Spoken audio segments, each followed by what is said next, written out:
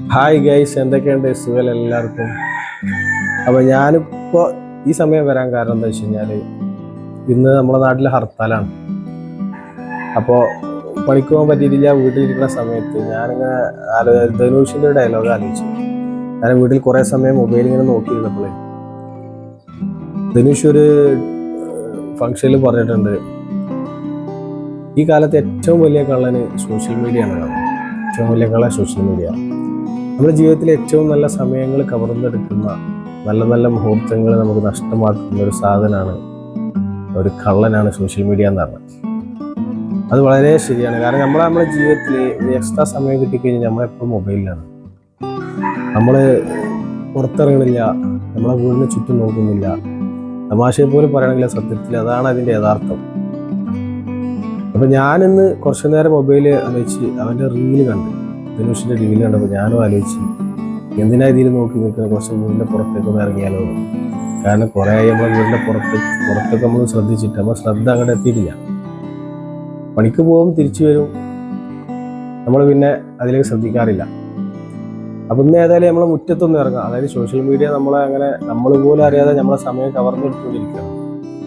അപ്പോൾ നമ്മൾ അങ്ങനെ ആയിട്ട് വിട്ടുകൊടുക്കണ്ട, കുറച്ചൊക്കെ നമ്മളെ കാര്യങ്ങൾക്കൊന്ന് ശ്രദ്ധിക്കാം. അപ്പോൾ ഇന്ന് കരുതി ഞാനൊന്ന് പുറത്തൊക്കെ ചെയ്യാമെന്ന് വിചാരിച്ചു. അപ്പോൾ ഞാൻ പറഞ്ഞു തരാം എന്താ വെച്ചാൽ, ഇപ്പോഴും ഇത് കേൾക്കുമ്പോഴും നിങ്ങൾ സോഷ്യൽ മീഡിയയിലായിരിക്കും, ഇത് കാണുന്നത് സോഷ്യൽ മീഡിയ ഇരുന്നിട്ടായിരിക്കും. അപ്പോൾ നിങ്ങൾ എന്ത് ചെയ്യുക, അതവിടെ വെക്കുക, നാളെ കാണാം. എന്ന് കരുതിയിട്ട് എന്തെങ്കിലും വീട്ടിലെ എന്തെങ്കിലും പണികളൊക്കെ ഉണ്ടെങ്കിൽ അതൊന്നും എടുത്ത് ക്ലിയർ ആയിക്കളി.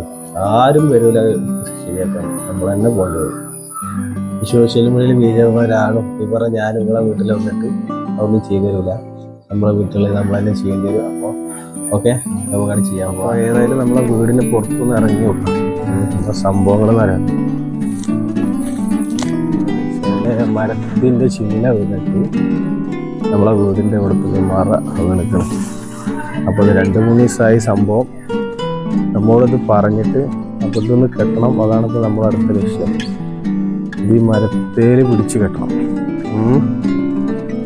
അപ്പോൾ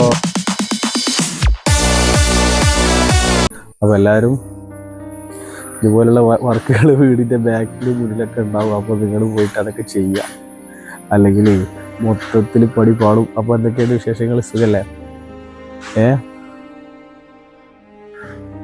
വേറെയും ചില പണികളൊക്കെ നമ്മളോട് പറഞ്ഞിട്ടുണ്ട്, നമ്മളത് പിന്നാക്കാന്ന് പറഞ്ഞ് മാറ്റി വെച്ചിട്ടുണ്ട്. പക്ഷെ അവസാനം നമ്മൾ തന്നെ ചെയ്യേണ്ടി വരും എന്തായാലും. അപ്പോൾ ഇന്നത്തെ വീഡിയോ ഹർത്താലൊക്കെ വിജയിക്കട്ടെ. എന്തിനൊക്കെയാണ് നമ്മളെ സമരങ്ങൾ, നല്ലതിനാണെങ്കിൽ ഒക്കെ വിജയിക്കട്ടെ എന്ന് ആശംസിച്ചുകൊണ്ട് ഹർത്താൽ ദിനാശംസകൾ. Okay, bye by.